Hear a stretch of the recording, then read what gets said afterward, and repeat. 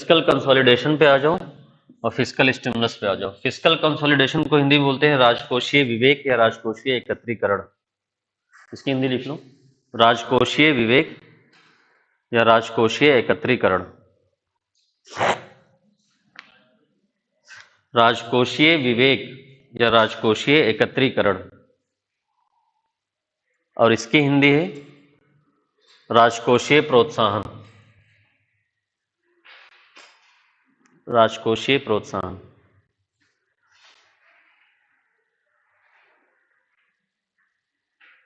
देखो दोनों होता क्या है, फिस्कल कंसोलिडेशन में क्या होता है, गवर्नमेंट अपना एक्सपेंडिचर कम करती है और अपना रेवेन्यू बढ़ाती है, तो इसको क्या बोलते हैं, फिस्कल कंसोलिडेशन।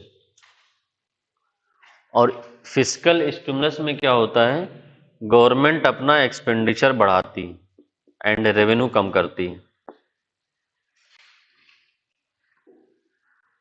अब तुम लोग सोच समझ के बताओ, इकोनॉमी स्लो डाउन है या आर्थिक मंदी का समय चल रहा है या कोविड का टाइम चल रहा है, तो गवर्नमेंट क्या करेगी, ये करेगी कि ये करेगी? सोच के बताओ सब लोग।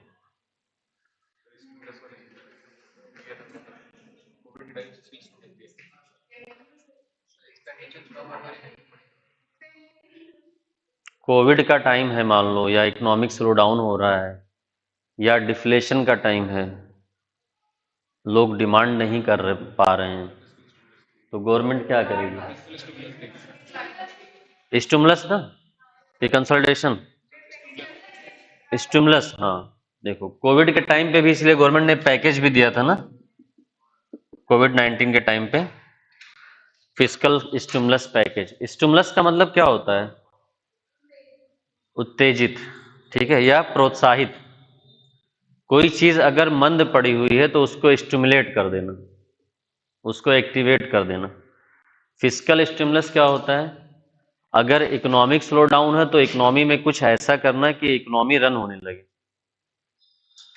इसीलिए सरकार क्या करती है, जब भी कोविड 19 जैसी सिचुएशन होती है या डिफ्लेशन ज़्यादा हो जाता है या इकोनॉमिक स्लो डाउन हो जाता है, तो सरकार अपना खर्चा बढ़ाने लगती है इस केस में, और अपना रेवेन्यू कम करने लगती है। इसका मतलब क्या होगा, इसका मतलब तुम लोग ये बताओ कि सरकार टैक्स रेट बढ़ाएगी यहाँ पे या कम करेगी? कम कर देगी, चलो शाबाश। अब ये बताओ, सरकार सब्सिडी क्या करेगी? बढ़ा देगी, शाबाश। सरकार पेंशन क्या करेगी? बढ़ाएगी या घटाएगी? बढ़ाएगी। सरकार स्कॉलरशिप क्या करेगी? बढ़ा देगी, है ना। और इसी के जस्ट उल्टा होता है फिस्कल कंसोलिडेशन। लिख लो, जल्दी बनाओ।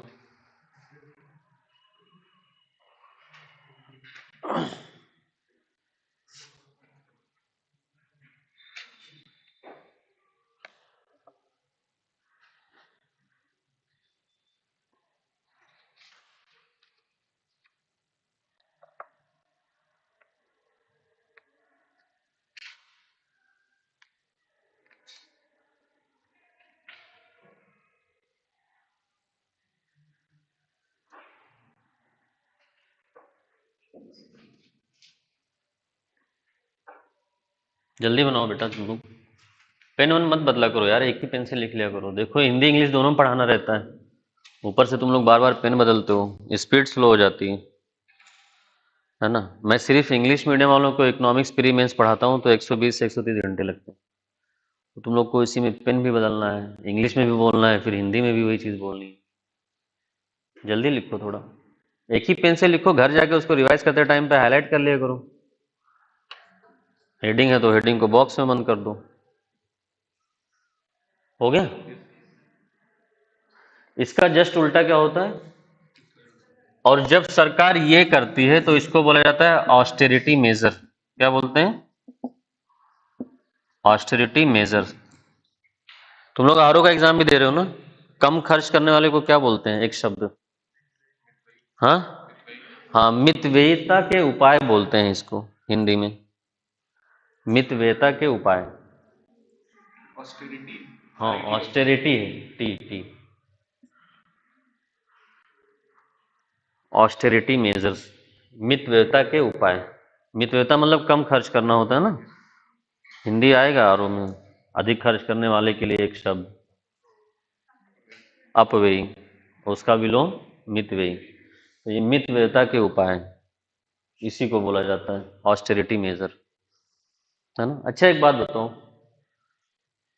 कोई पीएसयू है वो लॉस में जा रहा है, तो इस केस में सरकार उसको चलाएगी या बंद कर देगी? हाँ लिख लो, लॉस मेकिंग पीएसयू को यहाँ पे बंद कर देती है, बेच देती है सरकार, क्योंकि सरकार को अपना एक्सपेंडिचर कम करना है, रेवेन्यू बढ़ाना है, बेच के उसको कुछ रेवेन्यू मिल जाएगा। ऐसे कुछ भी आ सकता है, तुम लोग दिमाग लगा लोगे ना। मेन बस यही है, ये दोनों पॉइंट, उसके बाद तो तुम्हारा दिमाग है, मैं कितनी भी चीजें लिखवाऊंगा वो कम ही पड़ेगा, है ना। जैसे इस केस में बताओ, सरकार न्यू इंडस्ट्री ओपन करेगी?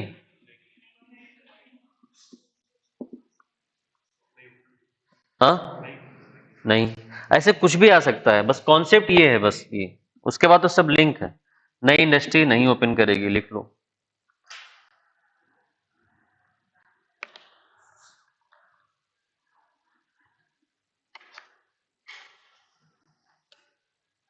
हो गए। प्राइवेटाइजेशन सरकार कहाँ पे बढ़ाएगी, यहाँ पे कि यहाँ पे? हाँ स्टिमुलस में कि कंसोलिडेशन? लिख लो कि प्राइवेटाइजेशन बढ़ा देगी यहाँ पे। अब सब कॉन्सेप्ट है, बस मेन पॉइंट यही है। यूपीएससी में इस पे बहुत क्वेश्चन आया है, दोनों टॉपिक, हर साल 1-2 साल छोड़ के क्वेश्चन आ जाता है, ठीक है। बाकी ये इधर वाली जो चीजें थी, जैसे टैक्स यहाँ पे क्या करेगी, बढ़ाएगी या कम करेगी? बढ़ा देगी। सब्सिडी क्या करेगी? कम कर देगी। पेंशन स्कॉलरशिप कम कर देगी। समझ जाओगे ना। हाँ देखो, यहाँ पे बोला जाता है रेशनलाइजेशन ऑफ सब्सिडी, बोलते हैं इसको, रेशनलाइजेशन ऑफ सब्सिडी,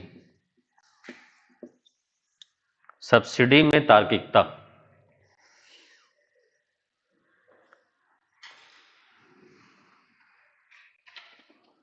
इसका मतलब यही होता है कि अननेसेसरी सब्सिडी जो है उसको खत्म करो, जो नेसेसरी सब्सिडी है उसी को रखो, इसको रेशनलाइजेशन ऑफ सब्सिडी बोला जाता है।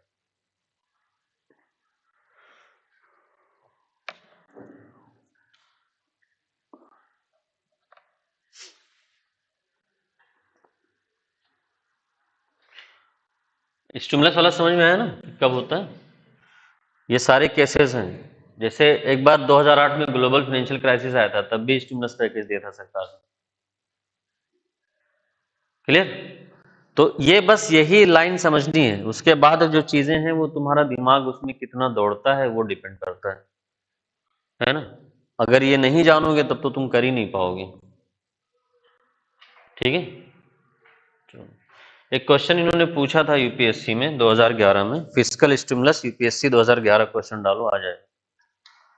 ये लिखा ना फिस्कल स्टिमुलस यूपीएससी 2011, डालो।